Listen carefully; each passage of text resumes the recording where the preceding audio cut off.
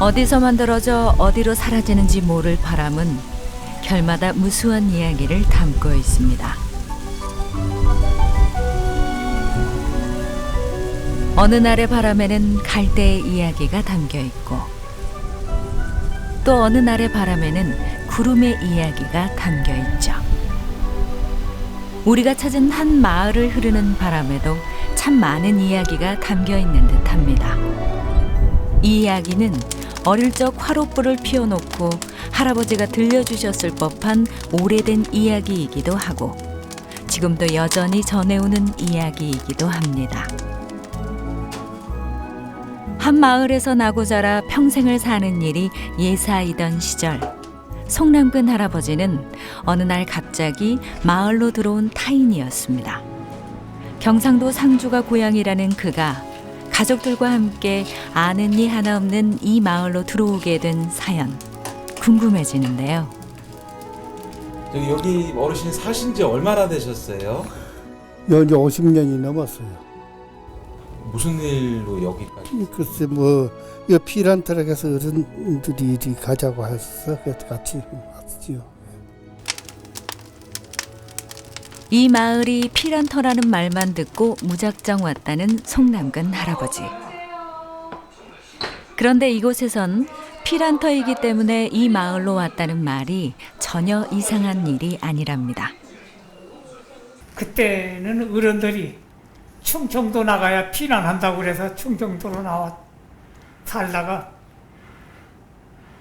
송이산 밑에 가 살다가 어떻게 오다 보니 여기까지 왔습니다. 천왕봉에 가서 올리다 내리다 보니까 이 구명리가 딱 눈에 띄더라는 거예요. 그래가지고 이제 뭐 우리 할머니가 황해도서 여기가 십성지지라는 걸 어떻게 알고 찾아오는지 모르겠어요. 지금 뭐가 인터넷에 뭐 나와 있는 것도 아니고 다 그거 보고 오신 분이에요. 저 정감로. 그래요. 제주도 사람만 안 왔지 다 이거 책자 보고 난 아들네들 그 피난 시키려고 다 와서 살다 가신 분 돌아가신 분 뭐 그렇게 많았지요 뭐. 이 마을을 피란터로 지목했다는 책 정감로. 누가 썼는지 어떻게 전해졌는지 정확히 어떤 이야기를 담고 있는지 이 책은 미스터리한 이야기로 많은 사람들을 사로잡았는데요. 정든 고향을 등지고 낯선 땅으로 향하게 했다는 정감로. 그리고 정감록이 지목한 피란터 십승지. 우리는 지금 한반도를 뒤흔들었던 예언서 정감록의 비밀을 들여다보려 합니다.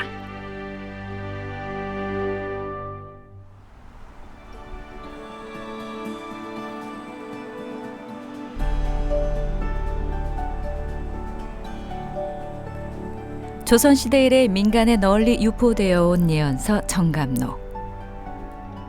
우리나라를 대표하는 예언서 정감록은 5,000년을 이은 역사 속에서 가장 큰 파장을 일으킨 예언서이기도 합니다. 정감이라는 사람이 조선의 선조인 한룡공의 두 아들 이심과 이연을 상대해 문답식으로 조선의 역사와 미래를 예언했다는 정감록. 하지만 지금까지도 누가 썼는지 언제 쓰여졌는지 정확하게 밝혀진 것은 없는데요. 우리가 주목해야 하는 것은 확실치 않은 이야기들의 집성인 이 정감록이 사람들을 사로잡았다는 사실입니다. 삼국시대 후기부터 조선 말에 이르기까지 예언의 전통은 사실상 끊임없이 이어졌습니다. 그런 전통적인 것이 하나 있고요. 두 번째로는 이제 16세기와 17세기를 거치면서 임진왜란과 정묘란, 병자호란 등을 거치면서 사회가 특히 혼란해졌습니다. 그래서 이렇게 사회가 혼란할 때마다 예언의 파고가 높이 일어나는 것이 우리 역사의 하나의 특징이었습니다. 17세기 이후에는 한국의 바다에서 우리가 전혀 보지 못한 새로운 배들, 그것을 이양선이라고 합니다. 이양선이 출몰하면서 흉흉한 소문이 퍼졌습니다. 또 이때에 맞춰서 중국을 거쳐 우리나라로 서양의 종교인 천주교가 들어왔죠. 이러한 여러 가지 변화 때문에 정감록이 대단히 인기를 끌게 되었던 것입니다. 정감록은 이본, 그러니까 기본적인 맥은 같지만 내용은 조금씩 다른 여러 종류의 책이 많았던 것이 특징입니다. 또 한 사람에 의해 만들어진 것이 아니라는 사실은 내용이 서로 다른 수십여 편의 비결류 집성이라는 점을 통해서 짐작할 수 있는데요. 형식 면에서도 예언에서 풍수지리까지 다양하게 서술되어 있고 사상도 유교, 도교, 중국의 참위설, 음양오행설 등 여러 배경을 가지고 있습니다. 어찌 보면 민간의 심심풀이로 여겨도 됐을 이 예언서가 조선을 발칵 뒤집어 놓은 이유는 정감록의 내용 때문입니다. 정감록의 큰 맥은 조선 왕조의 몰락에 있습니다. 강력한 권력으로 백성을 통제했던 왕조 시대, 나라님과 관료들을 불편하게 만들기에 충분한 내용이었죠. 반왕조적이고 현실 부정적인 내용을 담고 있어 조선시대 이래 금서에 속했고 민간에 은밀히 전승되어 왔습니다. 원래 우리나라에 예언의 전통이 있었지만 평시에는 그런 예언을 국가가 관리했습니다. 그러나 이제 국가 사회가 혼란에 빠지면은 통제할 수 없게 되어서 예언이 민간의 영역으로 넘어가게 됩니다. 그러니까 조선 후기에 민간에 그런 많은 예언이 횡행하게 되니까 국가에서는 그것을 금지할 수밖에 없었죠. 그런 이유가 하나 있고요. 두 번째 이유는 그 내용의 문제입니다. 당시에 유행한 예언서에는, 특히 정감록을 중심으로 한 그런 예언서에는 조선이라는 나라 망한다, 그리고 새로운 나라가 등장한다 하는 이런 매우 왕조 입장에서 보면은 불순하게 그지없는 내용이 포함되어 있었습니다. 그러니까 어떻게 금지시키지 않을 수가 있었겠습니까? 정감록의 여러 예언 중에서도 백성들을 사로잡은 건 십승지의 존재입니다. 십승지는 전국에 모두 10곳이 존재하는데요. 승지는 사전적 의미로 자연경관과 거주 환경이 뛰어난 장소를 말합니다. 말 그대로 무릉도원과 같은 이상향. 정감록이 출현한 조선 중후기는 사회적 혼란과 경제적 피폐로 그 어느 때보다 이상향에 대한 갈망이 극에 달했을 때입니다. 이런 시기 백성들에게 십승지의 존재는 어떤 희망보다도 달콤했습니다.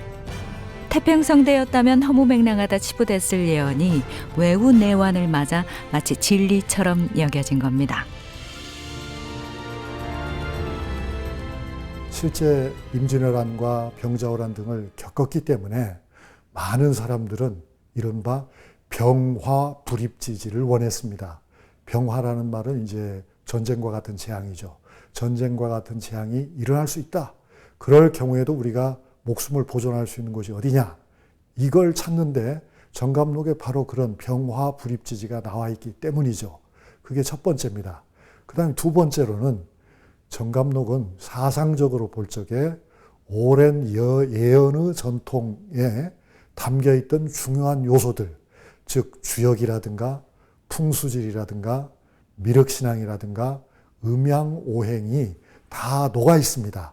그래서 이제 당시 우리 할아버지 할머니들로서는 이 정도라면 우리가 믿을 수 있는 예언이다, 이렇게 보았던 것입니다. 그게 두 번째입니다. 그 다음에 세 번째는 역시 정감록과 관련된 사건들이 조선 후기에는 끊임없이 일어나고 있었습니다. 그러니까 그런 사건이 일어날 때마다 많은 사람들은 이제 정말 이 예언대로 뭔가 큰 사회적 변동이 일어나는구나 하는 확신이 더욱더 깊어졌다고 볼 수 있습니다. 우연인지 필연인지 알 수 없는 예언들이 맞아 들어가면서 정감록과 십승지의 신봉자는 급격히 증가합니다. 그 시절 정감록이 금서였음에도 불구하고 대부분의 민초들이 이 책의 존재를 알고 있을 정도였죠. 워낙 이본이 많은 탓에 정감록 속 십승지도 책에 따라 조금씩 차이가 납니다. 하지만 공통적으로 백두대간의 허리인 태백산과 소백산 인근이 많이 거론되는데요. 이런 정감록이 중요하게 언급한 또 하나의 산이 있습니다. 바로 충북의 알프스 속리산이죠.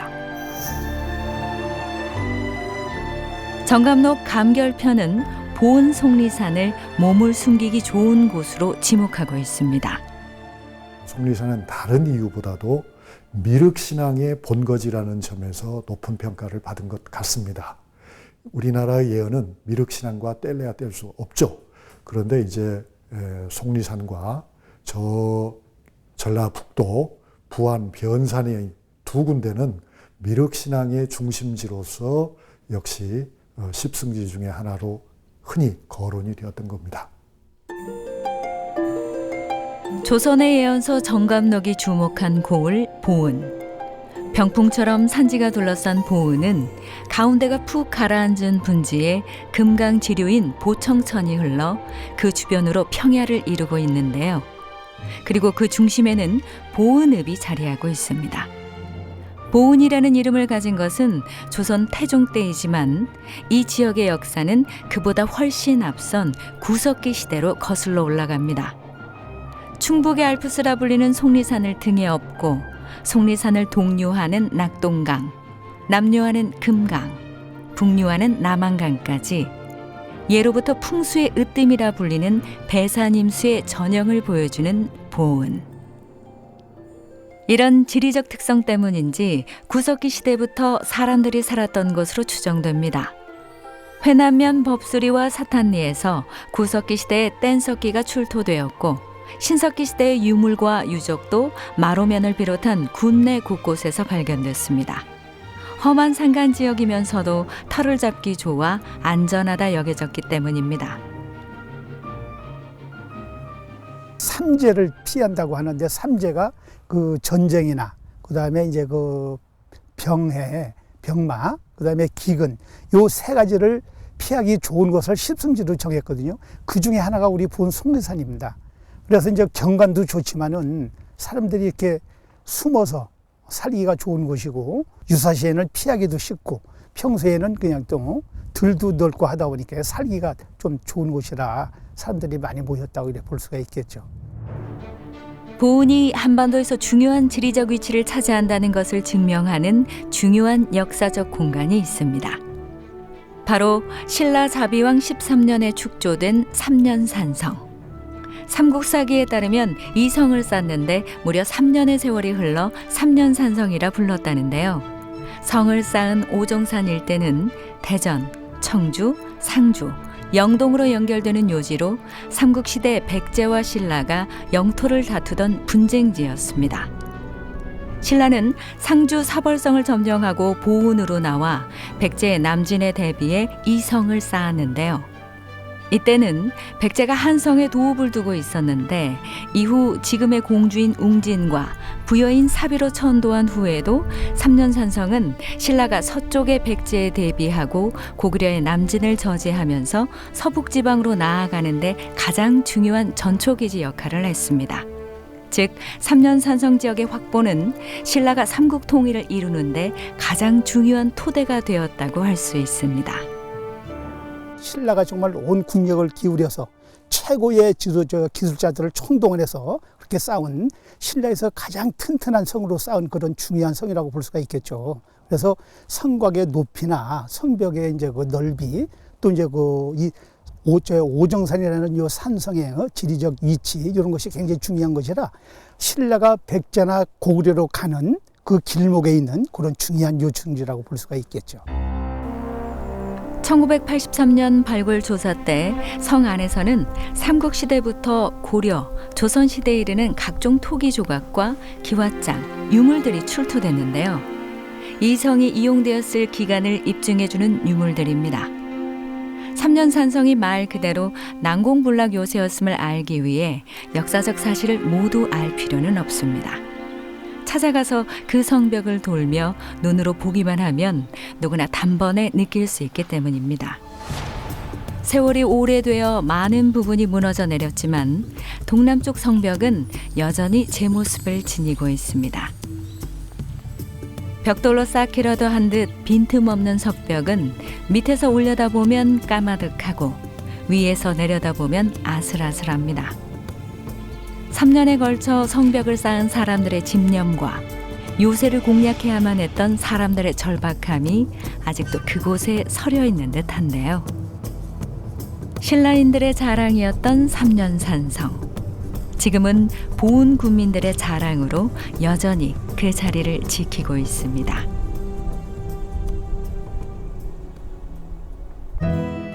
한국 8경 가운데 하나에 속하는 명산 속리산. 속리산은 보은을 대표하는 랜드마크입니다. 태고적부터 제자리를 지켜온 명산 아래에는 그 세월만큼이나 무수한 이야기들이 존재합니다. 그중 대표적인 것이 정이품 송인데요. 600년 넘게 살아왔다는 이 노송은 세조가 법조사로 행차할 때 가마가 가지에 걸릴까 염려하자 스스로 가지를 번쩍 들어올리고 어가를 무사히 통과시켜 정이품 벼슬을 하사받았습니다. 보은을 찾는 사람들이 한 번은 반드시 들른다는 곳, 바로 법주사입니다. 신라 진흥왕 시절 처음 지어진 이 사찰은 명실공히 대한민국을 대표하는 불교 문화의 중심지입니다. 그도 그럴 것이 신라시대 미륵신상의 중심 도량이 바로 법주사였는데요. 2018년 유네스코 세계문화유산에 등재된 법주사는 다른 사찰들과 달리 일주문부터 세계문화유산 구역에 포함됐습니다. 승려가 속세를 벗어나 신의 세계로 첫걸음을 들이는 일주문도 그 의미를 인정받은 건데요. 신라시대부터 왕실의 비호를 받으며 그 규모를 키워온 법주사. 이후 임진왜란으로 전소된 것을 선조부터 인조에 걸쳐 중건했는데요. 법주사는 종교를 떠나 대한민국 국민들이 사랑하는 사찰로 그 역사를 이어가고 있습니다. 여기 보시다시피 이런 깊은 산 속에 사방이 이렇게 산으로 둘러싸여 있으면서 이렇게 넓은 자리에 있다는 것이 이런 것이 흔치 않잖아요. 그리고 이제 우리 속리산은 그 천왕봉에 그 떨어지는 물줄기를 삼파서라고 부르는데 우리나라 3대 강인 한강, 낙동강, 금강 세 줄기로 흐르는 3대 강의 발원지가 됩니다. 이런 곳은 전국 어디에서도 우리 속리산 중에서도 천왕봉만 유일하게 3대 강으로 흐르는 그런 발원지가 되는 봉우리입니다. 그래서 풍수적으로도 굉장히 여기가 중요한 그런 자리라고 이렇게 명당의 자리라고 얘기를 합니다. 법주사 한편에는 우리나라에서 유일하게 남아있는 목탑인 팔상전이 자리하고 있습니다. 목탑 내부는 사리를 모신 공간, 불상과 팔상도를 모신 공간, 예불을 위한 공간으로 이루어져 있는데 대규모의 목탑 형식을 살필 수 있는 귀중한 건물로 주목받고 있습니다. 국보 5호인 쌍사자 석등은 신라 성덕왕 때 조성된 것으로 추정되는데요. 신라시대 석등의 전형적인 모습을 보여주고 있어서 그 시대 석조 예술품 중 뛰어난 걸작으로 평가받고 있습니다. 법주사 하면 아름다운 연못, 성년지를 빼놓을 수 없는데요. 돌로 만든 연꽃 모양의 연못으로 받침돌 위에 둥근 물구름 모양의 성년지를 올려놓은 모습은 바라보는 사람의 마음을 편안하게 만들어줍니다. 중생들의 욕심이 하늘에 닿을 만큼 가득 차서 세상이 혼란스러워지면 나타나 가르침을 준다는 미륵신앙의 본거지 법주사. 지금의 법주사는 종교를 떠나 사찰을 찾는 누구에게나 번잡한 마음은 내려놓고 힘들고 괴로울 때 손을 내미는 공간으로 존재하고 있습니다. 1996년 시작돼 2016년 최종 완공된 당진 영덕 고속도로를 지나다 보면 구병산 아래 그림처럼 자리한 마을 보은군 마로면 저감리를 만날 수 있습니다. 마로면 저감리 역시 정감록 속 십승지 후보 중 하나였는데요. 저감리가 십승지라 주장하는 사람들의 의견에 따르면 마을 뒤로 보이는 구병산의 한 봉우리인 시루봉을 그 증거로 삼습니다. 가파르게 올라가다가 정상은 마치 시루를 엎어놓은 듯 봉긋하게 솟아있는 것이 특징입니다. 우리 보은군에는 보면 이제 사증파랑이라고 있어요. 그래서 이제 정감록에 보면은 그 십승지 중에 보은 속리산 증항 부근이라고 나와 있거든요. 명확히 어디라고는 안 나오고. 그래서 증항이라고 하는 것은 보은군의 사증파랑을 얘기하는 건데 그 증은 시루증자를 써서 시루 모양으로 생긴 봉우리를 이제 그 시루봉이라고 하고 항은 목항자를 써요. 어떤 그 고갯마루 아니면 길목 이런 걸 뜻하는 거죠. 보은에는 동서남북 하나씩 모두 4곳의 증과, 각 증마다 2곳의 항이 총 8곳 존재합니다. 그중 마로면 저감리는 동증에 속하는데요. 구병산 9개 봉우리 중 시루봉 아래 자리에 십승지 유력 후보로 언급되지만 저감리는 십승지로 보기 어렵다는 의견도 많습니다. 이유는 대부분의 십승지가 산속의 자리에 외부에서 쉽게 보이지 않는 것에 반해 저감리는 길가에 위치해 위협에 쉽게 노출되어 있다고 보기 때문입니다. 하지만 저감리가 역사적으로 중요한 역할을 했던 지역이라는 것을 부인할 수는 없습니다. 청주에서 보은을 거쳐 상주로 넘어가는 길목이 바로 저감리였고, 그렇다 보니 고구려, 백제, 신라 모두 차지하려 애를 썼다는데요. 뿐만 아니라 왜군의 진로를 막아 의병의 사기를 드높인 곳이라 사기막이라고도 불렸습니다. 한편은 첩첩의 산을 병풍처럼 두르고 있지만 다른 한편은 수많은 사람들이 나고들었던 교통의 요충지. 숨어야 할 때는 산으로 오르고 피해야 할 때는 길로 나서기에 제격인 것이 십승지일 법도 한데요. 서로 다른 모습을 가지고 있는 동증 저감리는 과연 정감로 속 십승지가 맞을까요? 여기 또 하나의 십승지 후보가 있습니다. 마을로 들어가는 길부터 예사롭지 않은데요. 큰 도로에서부터 민가를 만나기까지 한참을 들어가야 하는 오지 중의 오지. 보은 북부의 내북면 이원리는 지금도 몇 가구 살지 않는 산촌 마을입니다. 마을은 마치 어미새가 알을 소중히 품고 있는 둥지처럼 칠봉산 아래 고즈넉하게 자리하고 있는데요. 우뚝 솟은 7개의 봉우리마다 많은 이야기가 전해져 내려오는 것이 참 재미난 마을입니다.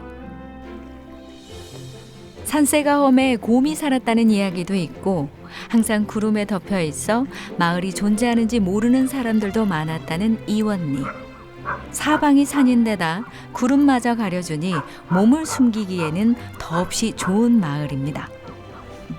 그러나 평지가 없어 대부분 화전을 해야 했고 한번 들어오면 외부로 나가기 어려웠다니 누구나 들어와 살고 싶은 이상향과는 거리가 멀어 보이는데요. 하지만 그래서 더 십승지에 가깝다는 것이 정감록 전문가들의 설명입니다. 정감록에서 얘기하는 그 십승지는 사람이 풍족하게 편안하게 살 수 있는 곳이 아니라 삼재를 피해서 어려움을 피해서 이렇게 숨어서 살 수 있는 그런 그 사람이 목숨을 부지하고 살 수 있는 그런 지역이다 보니까 뭐 토지가 넓다든지 이렇게 좀 풍족한 생활을 할 수 있는 지역은 아니라고 볼 수가 있겠죠. 동쪽으로 경북과 접하고 있는 임곡리 역시 십승지 신봉자들의 피란처였을 것으로 추정됩니다. 구미의 옛말인 인동장시 집성촌이기 때문인데요. 강산이 몇 번이고 변했을 세월 동안 많이 잊혔지만 마을에는 여전히 정감록과 십승지를 기억하는 사람들이 살고 있습니다. 마로면 전체가 워낙 산지가 많다 보니 밭농사를 짓는 사람들이 많은 것에 반해 임곡리는 그나마 평지가 있는 몇 안 되는 마을입니다. 그래서인지 예로부터 많은 사람들이 이곳에 터를 잡았던 것으로 보이는데요. 마을에 아이들을 가르치는 서당도 있었다고 합니다.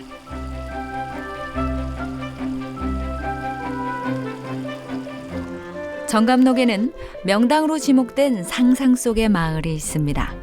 바로 마을의 형상이 누워있는 소의 뱃속과 같다는 뜻의 우복동. 임곡리는 예로부터 우복동이라 불렸는데요. 임곡리는 마을을 따라 흐르는 하천을 경계로 한쪽은 충북 보은군 마로면 임곡리, 다른 한쪽은 경북 상주시 화남면 임곡리로 나누어집니다. 이렇게 정감록 속 십승지들은 조선시대부터 어느 정도 확립되어 있던 행정구역에 도계에 위치해 있는 경우가 많은데요. 도계가 십승지로 자주 언급된 이유는 몸을 숨겼다 피신하기 좋았다는 까닭입니다. 십승지의 조건들을 두루 갖추고 있는 임곡리. 그래서인지 한국전쟁 당시에도 별다른 피해가 없었습니다. 이 동네는 6.25 사변에도 그렇게 총 맞아 죽은 사람 없고 끌려가 죽은 사람 없고 그래서 참 우복동 사람들이라 많은 복을 받고 사는 걸로 알고 있어요. 오긴 왔었죠. 왔어도 그 사람들한테 피해 본 사람은 없다고 그러더라고요. 전쟁마저 피해간 우복동 임곡리. 마을 사람들은 이곳이 십승지라 지금도 굳게 믿고 있습니다. 보은의 4증 중 북증에 속하는 내북면 두평리. 마을 전체가 물을 담아두고 쓰는 독을 닮았다 해서 예로부터 두멍이라 불렸다는 이 마을에도 시루봉이 우뚝 솟아 있습니다. 한때 곰쟁이로 불렸다는 이 마을에는 어릴 적 할머니가 들려줬을 법한 옛 이야기가 전해오는데요. 편편한 산봉우리를 마당 삼아 곰이 뛰어놀았을 정도로 사람과 동물이 어우러져 사는 평화로운 마을이었다고 합니다. 십승지 후보지들이 그렇듯 몸을 숨기기에도 좋았던 이 마을에는 특히나 한국전쟁 당시 피난 온 사람들이 많았다는데요. 여전히 그때를 기억하고 있는 주민도 있었습니다. 있으셨지요. 서울 우리 친척분이 우리 집에 오셔가지고 피난하고 가셨는데 꽤 오래 있다 가셨지요. 인민군들이 여기도 상당히 많이 지내갔대요. 그런데 크게 뭐 피해 준 건 없고 그냥 뭐 와서 밥 같은 것만 얻어먹고 그런 식으로 하고 지내갔다고 하시더라고요.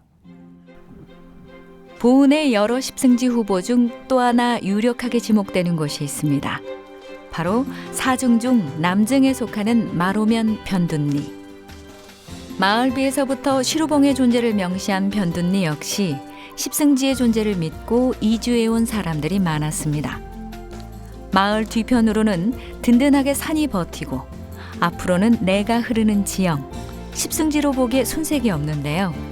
마을 북쪽 시루봉 아래 밀양박 씨가 피난을 와서 촌락을 이루었다는 전설만 봐도 알 수 있습니다.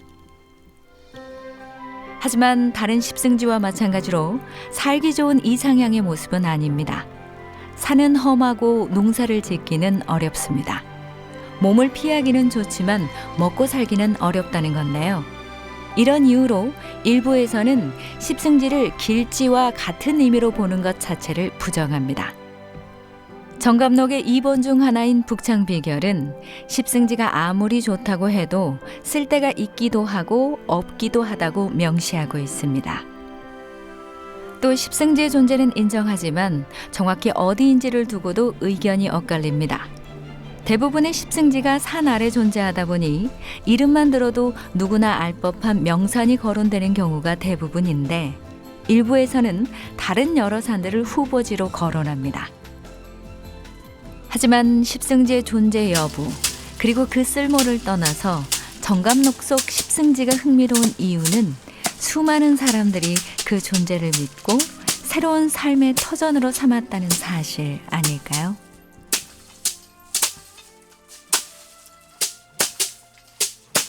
그 길지의 정확한 위치를 둘러싸고는 우리가 잘 판단하기 어려운 것도 대단히 많습니다. 그건 왜냐하면은 그 길지를 지정한 책들이 실제로 그곳을 가보고 난 다음에 정한 경우도 있지만 가보지 못한 상태에서 막연하게 상상을 한 그런 지명들도 있거든요. 그래서 이제 사람들은 제각각 자기들이 그럴듯하다고 좋다고 생각하는 지역을 길지라고 주장하는 경향이 많습니다. 1860년 최재우가 창시한 민족 종교 동학. 동학과 보은은 깊은 관련이 있습니다. 19세기 후반의 조선은 지배층의 착취와 외세 침략으로 위기의식이 고조되던 때였는데요.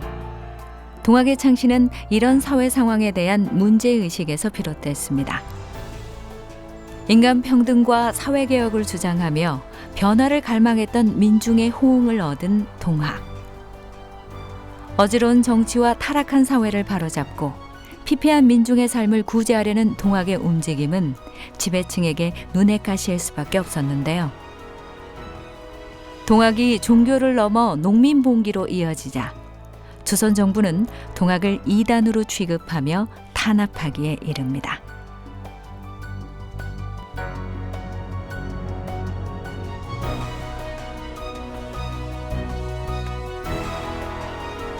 계속되는 관원의 탄압으로 몸을 숨기기에 적합하면서도 유사시 대피하기 쉽고 또 전국의 교도들을 한 곳에 모을 장소가 필요했던 동학 지도자들은 보훈을 주목하는데요.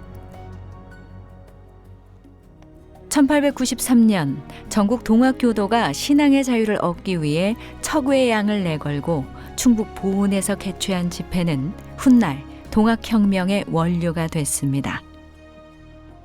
1880년대에 들어와 가지고 그 최시영을 중심으로 해서 그 동학 재건 운동이 활발하게 일어납니다.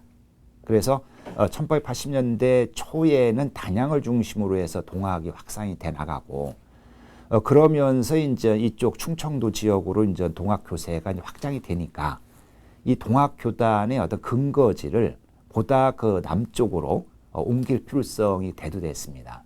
그 과정에서 이제 동학교단에서 즉 그 최시영이 주목한 지역이 바로 보은입니다. 왜냐하면은 이 보은은 삼도의 적경지이고 그 다음에 그 백두단을 대간을 끼고 있기 때문에 유사시에 그 피신하기 좋거든요. 동학 지도자인 최시영은 동학 본부인 대도소를 설치할 장소로 장내리를 선택했습니다. 지금의 장안마을로 추정되는 장내리는 구병산 회암이 고개와 말티 고개가 병풍처럼 가로질러 있어 험준한 산지를 형성하고 있는데요. 그야말로 정부의 탄압을 피해 몸을 숨기기에 제격입니다.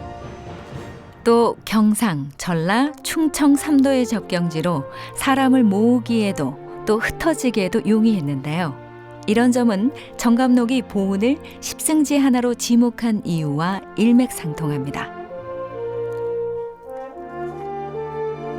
사람이고 하늘이라는 인내천 사상을 바탕으로 조선의 변화를 꿈꿨던 동학 농민운동, 그리고 그 원류지가 됐던 보훈.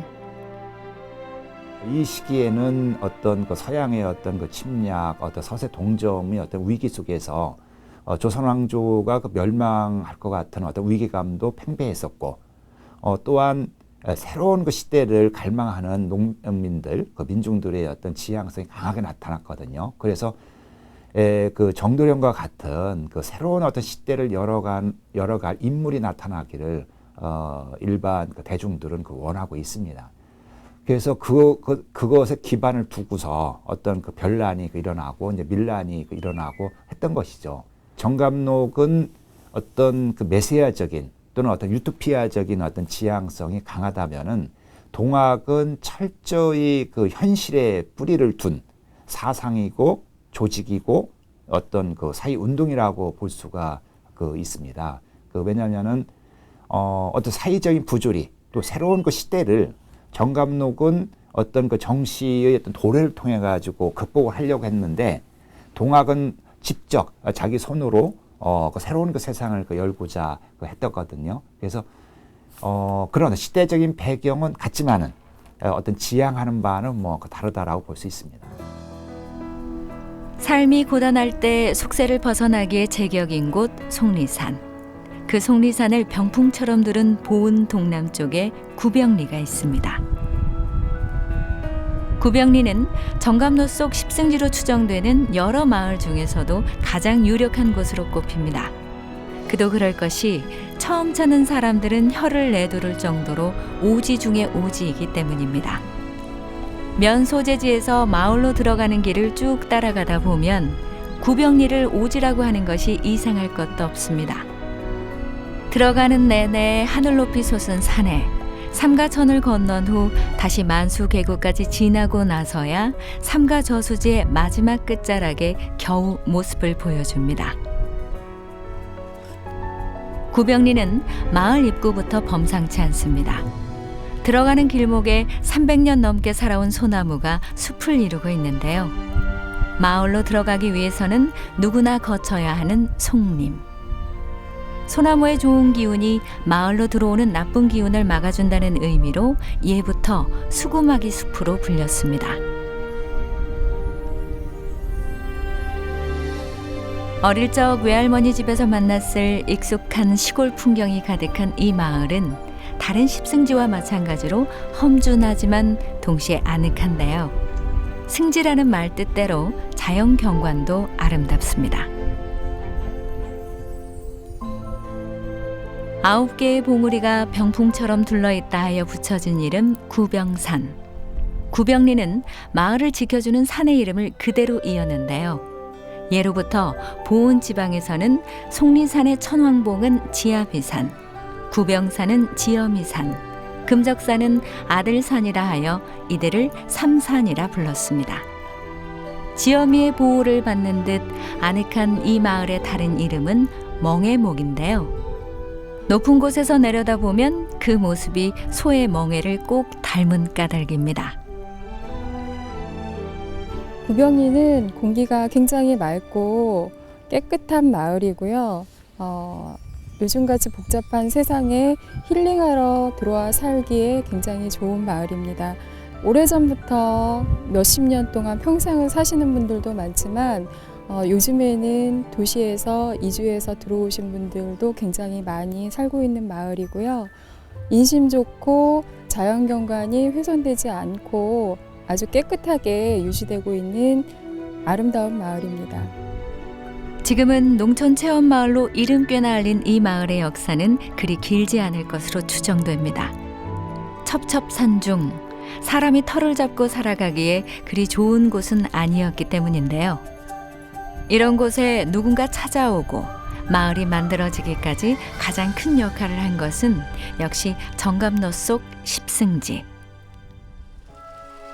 마을 유래비에는 구병의 품속에 아늑히 자리 잡고 아비산 속리를 바라보는 우리 마을의 터전은 비기에 삼재팔란을 피할 수 있다는 전국 십승지의 하나이다 라는 말이 적혀 있는데요.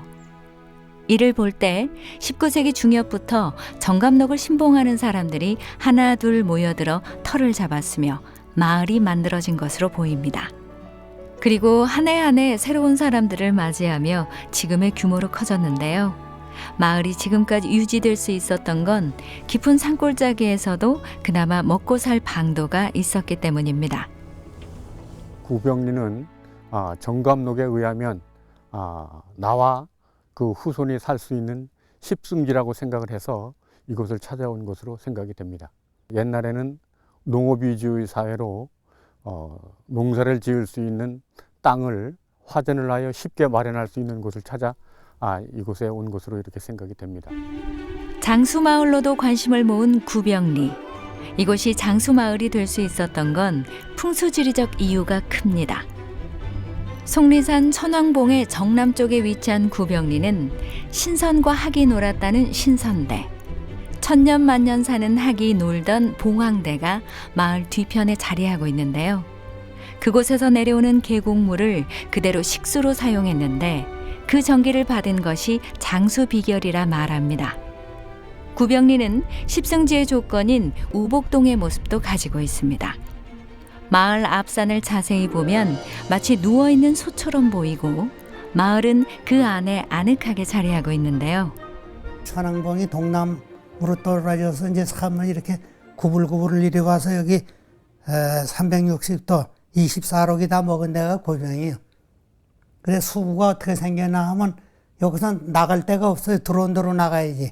물이 글로 빠지기 뺏기 못해. 다 그렇잖아요. 지역이 높으니까.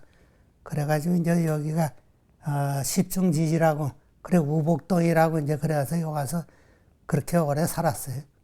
구병리 마을은 뒷산이 9폭의 병풍 같다 하여 붙여진 이름으로 산세가 아름답고 웅장하며 제2의 금강산이라고도 합니다. 그리고 앞산은 와우형으로 소가 누워있는 형상을 하였다 하여 우복동이라고 합니다. 여느 시골 마을과 마찬가지로 주민의 대부분이 고령 인구인 구병리. 한 가지 특이한 점은 오랜 시간 마을에 터를 잡고 살았지만 이 마을이 고향이 아닌 사람들이 많다는 겁니다. 6살 때 마을로 들어와 80년 가까이 살아온 이원준 어르신 역시 이 마을이 고향은 아닙니다. 너무 어릴 적이라 왜 고향을 떠나야 하는지, 무슨 일 때문에 피란을 가는지는 몰랐지만 할아버지와 함께 이 마을로 들어왔다는 것만은 또렷이 기억하는데요. 그 이유가 정감록 속 십승지 때문이라는 것을 안 것은 어느 정도 자라서입니다. 그의 할아버지는 정감록 신봉자였고 삼재팔란을 피하기 위해서는 남쪽으로 가야 한다는 믿음이 있었다는데요. 그의 가족이 고심 끝에 선택한 곳은 바로 십승지 중 하나인 구병리였던 모양입니다. 그렇게 이곳은 이원준 어르신의 제2의 고향이 됐습니다.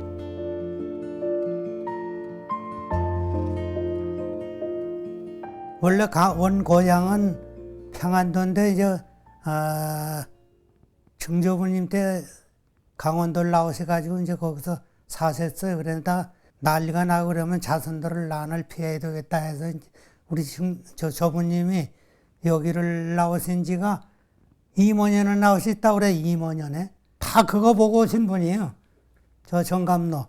그래요. 제주도 사람만 안 왔지 다 이거 책자 보고 난 아들네들 그 피난 시키려고 다 와서 살다 가신 분, 돌아가신 분 뭐 그렇게 많았지요 뭐. 이제 뭐 낮에는 일하고 밤이면 여느 책도 보시고 그걸 꺼내 보시는 걸 봤지요. 근데 보시고는 이렇게 이런 데 놔두면 여느 사람이 이제 볼까봐 서로 비밀이니까 정감록이라는 게 내놓고 얘기하는 게 아니잖아요. 그 6.25 때는 그런 거 보고 그러면 붙잡아가고 그랬어요. 아버지 선친 때 오셨는데 그 뭐 피란 때문에 이제 뭐 십성지시라서 그래 찾아오신데 그래 들어왔지요. 옛날엔 여기서 주로 이런 데 십성지지라 하는 데서는 이북수 나온 분들이 많아요. 왜냐하면 그 얘기 들어보니까 이북은 피란터가 없다 한대요. 한국에 나가야 산다, 남한으로 나가야 산다, 이런 비결이 있었다는 거예요. 할아버지 손에 이끌려 당도한 마을은 척박하기 그지없었습니다. 사방을 둘러봐도 오로지 산뿐이라 화전만 가능했다는데요. 살기 좋은 길지라는 믿음으로 왔지만 그들이 마주한 땅은 길지와는 거리가 멀었습니다. 왜 정감록의 십승지가 난리를 피하기에는 제격이지만 대대로 보존할 땅은 아니라고 했는지 실감했다는데요. 온종일 먹을 것을 찾아 산을 헤매도 배를 골기 일쑤였고 무언가를 심어 거두기까지 수많은 세월을 흘려보내야 했습니다. 이 구병산이라는 둘레의 산들이 전부 나무가 하나도 없었어요. 파전을 해먹어서. 그래 이제 좀 있다 나니까 그렇게 힘들게 살았죠. 송구도 그 몇 개 먹어보고 나물이나 나물 뭐 이름도 다 알았다는데 이름은 이제 잊어먹고 안 먹어본 나물이 없고 안 해본 게 없어요. 그때만 해도 좀 먹는 게 굉장히 좀 뭐 굶어가지고 뭐 사람이 부어가지고 뭐 이럴 정도로다가 이런 사람들도 있었고 참 그랬가지고요. 전부 다 화전이고 뭐 이 화전을 이 산을 다 베껴 먹었어요 동네 사람들이. 정감록 속 십승지 예언이 빛을 발한 건 한국전쟁이 발발한 후입니다. 한반도 구석구석을 폐허로 만든 전쟁 속에서 구병리는 다친 사람 하나 없이 안전했다는데요. 그렇다고 아주 전쟁을 피해간 것은 아닙니다. 북한군이 들어오기는 했지만 이상하리만큼 아무런 피해가 없었다고 합니다. 소도 잡아 먹고 가고 뭐 그랬어. 그런데 동네는 하나도 뭐 먹는 것만 그렇지 이 사는 데 대해서 사람에나 대해서는 뭐 하나도 끼친 게 없어요. 해 끼친 게. 그 뭐 정감록이라는 그런 사상들이 있으니까 마음들을 다 잘 써가지고 그 사람들 거슬리지 않고 뭐 그랬다고 해서 그 사람들을 뭐 부역했다든가 그런 게 아니고 어쨌든 오면 잘 어쨌든 대처를 해가지고 여기 사람들은 뭐 다친 사람 하나도 없어요. 구병리가 십승지의 우복동이라는 것을 증명하는 또 한 가지 근거가 있습니다. 조선 후기 천주교 박해를 피해 신자들이 이 마을로 들어와 교우촌을 형성했다는 건데요.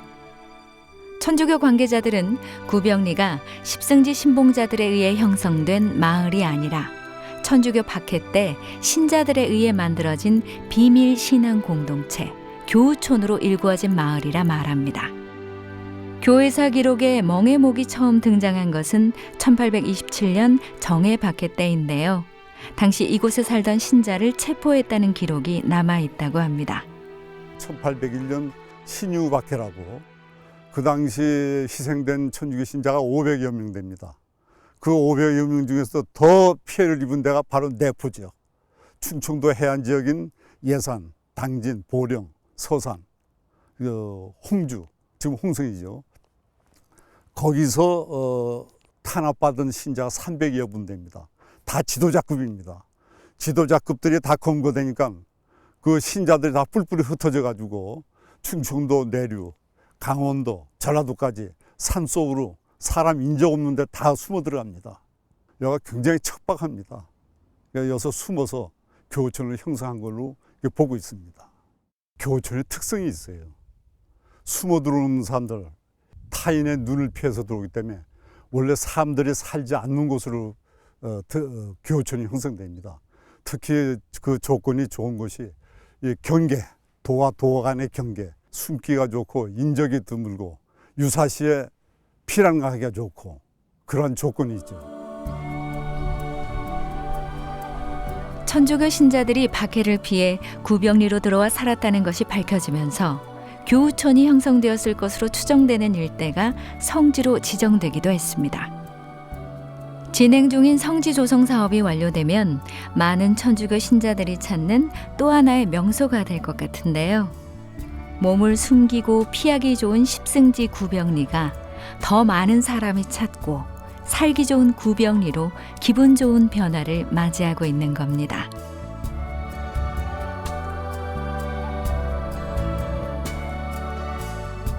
누가 먼저 마을을 만들었든 마을을 찾은 이유가 무엇이든 지금의 구병리 사람들은 그 모든 것을 자신의 역사로 받아들였습니다. 그리고 그 역사를 잊지 않기 위해 뜻을 모아 책을 펴냈는데요. 마을 사람들이 직접 공부하고 이야기를 모아 펴낸 책은 그 자체가 하나의 역사서입니다. 평균 연령이 70대, 80대 이렇게 되시고 새로 이사 후 들어오신 분들이 마을 전체 주민 인구의 한 절반을 지금 넘어서고 있어요. 이러다 보니까 마을 역사에 대한 이야기를 새로 들어오신 분들은 모르고 또 저도 뭐 오래 들어와서 살고 있지만 저조차 마을에 이런 역사가 담긴 이야기라든가 이런 걸 볼 수 있는 자료가 많이 없더라고요. 그래서 마을 의견이 모아진 김에 마을에 대한 근대사를 좀 여러 가지 뭐 자료 수집을 통해서 이렇게 책으로 마을 책으로 엮어 놓으면 저희뿐만이 아니라 만약에 저희가 이제 나이 들어서 이 다음에 얻고 난 다음에도 마을에 들어와 살고 있는 누군가들에게는 마을의 역사를 알 수 있는 이런 자료가 될 것 같아서 마을에서 주민들이 같이 의견들을 모아서 마을 책을 발간하게 되었습니다. 찬찬히 구병리의 역사를 들여다보고 있노라면 이 마을에 변화의 바람이 불기 시작한 것이 꽤 오래전부터라는 걸 알 수 있습니다. 2001년 아름마을 가꾸기 시범 사업에 선정되면서 오지 중의 오지 구병리는 전국에서 찾아오는 농촌 체험 마을로 첫 번째 변화를 맞이합니다. 흐드러지게 핀 메밀꽃으로 수많은 사람들의 마음을 움직인 건데요. 하나 둘 사람들이 찾아오면서 마을엔 숙박시설이 들어서기 시작했고 주민들이 직접 먹거리, 체험거리도 개발했습니다. 실제로 그 정감록을 쫓아서 많은 사람들이 이곳저곳 길지로 흩어져 들어갔습니다. 그런데 사실 따지고 보면 길지가 어디 있겠습니까? 사람들이 모여서 착한 마음을 가지고 생업에 열심히 종사하면 거기가 바로 길지가 되는 거죠.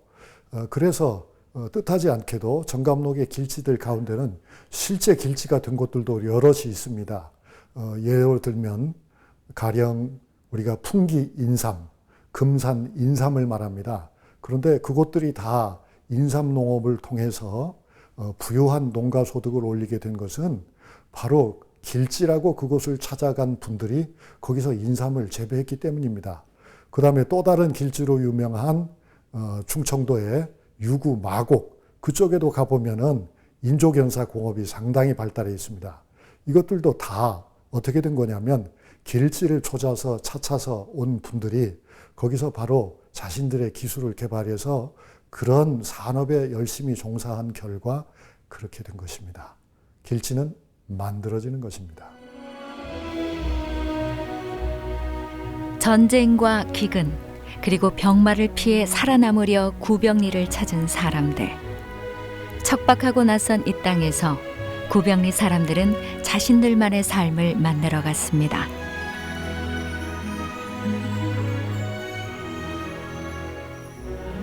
때론 배를 골아야 했고 산골짜기 살을 내는 추위도 견뎌야 했지만 그들은 수많은 세월을 그저 묵묵히 살아냈는데요. 그렇게 한 해 한 해 지나갈수록 함께 살아가는 사람들은 늘어났고 전보다 풍족히 먹을 수 있었으며 웃는 날도 많아졌습니다. 그들이 터를 잡고 일군 하나의 마을은 누구나 인정하는 길지, 명당은 아니었는데요. 하지만 구병리 사람들 스스로가 그곳을 무릉도원으로 가꾸어 나갔습니다. 정감록 속 또 다른 십승지 우복동은 산업화와 함께 하나 둘 사람들이 떠나가기도 했습니다. 더 이상 배를 골치도 전쟁의 두려움도 치료 못할 질병도 없는 지금은 십승지의 필요성이 마음 깊이 와닿지 않는 까닭입니다.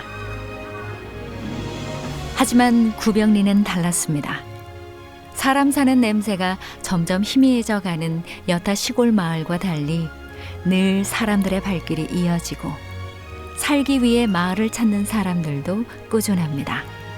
젊은 주민들도 꽤 여럿인데요. 쫓기듯 들어온 피란지에서 한 번쯤 찾아가고픈 마을로 변화하고 있는 구병리. 오랜 세월 마을과 함께 해온 주민들은 이제야 진정한 십승지의 의미를 찾았습니다. 아니 그저 많이들 오셔서 잘 돼가지고서 뭐 평화롭게 서로 사이좋게 이렇게 사는 게 좋은 사람이 들어와서 잘 유화해서 우리 유대가 강화돼서 잘 살아나가면 좋지. 들어올 분은 많이 있을 걸로 생각합니다. 근데 이제 좋은 사람들이 들어와야 될 텐데 지금 뭐냐 그래야 동네 유지가 잘 되죠.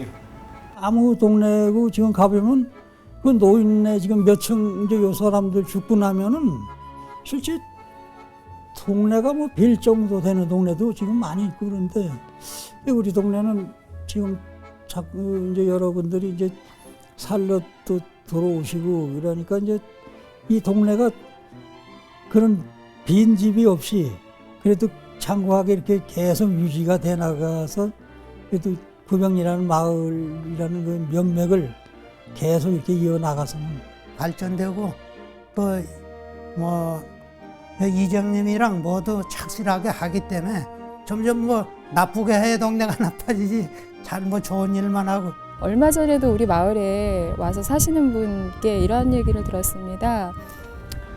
구병리는 굉장히 이렇게 텃세 없이 들어와서 살아도 힘들지 않게 정착할 수 있는 이런 마을이라고 얘기를 하시는데 그거는 마을이 뭐 그래서가 아니라 마을 주민들이 들어오는 사람들을 받아들이는 이러한 마음의 자세라던가 사람을 대하는 자세라던가 이러한 것들이 그동안 오랜 세월에 걸쳐 준비가 돼 있는 마을이지 않을까 싶은 생각이 저 개인적으로 들었습니다.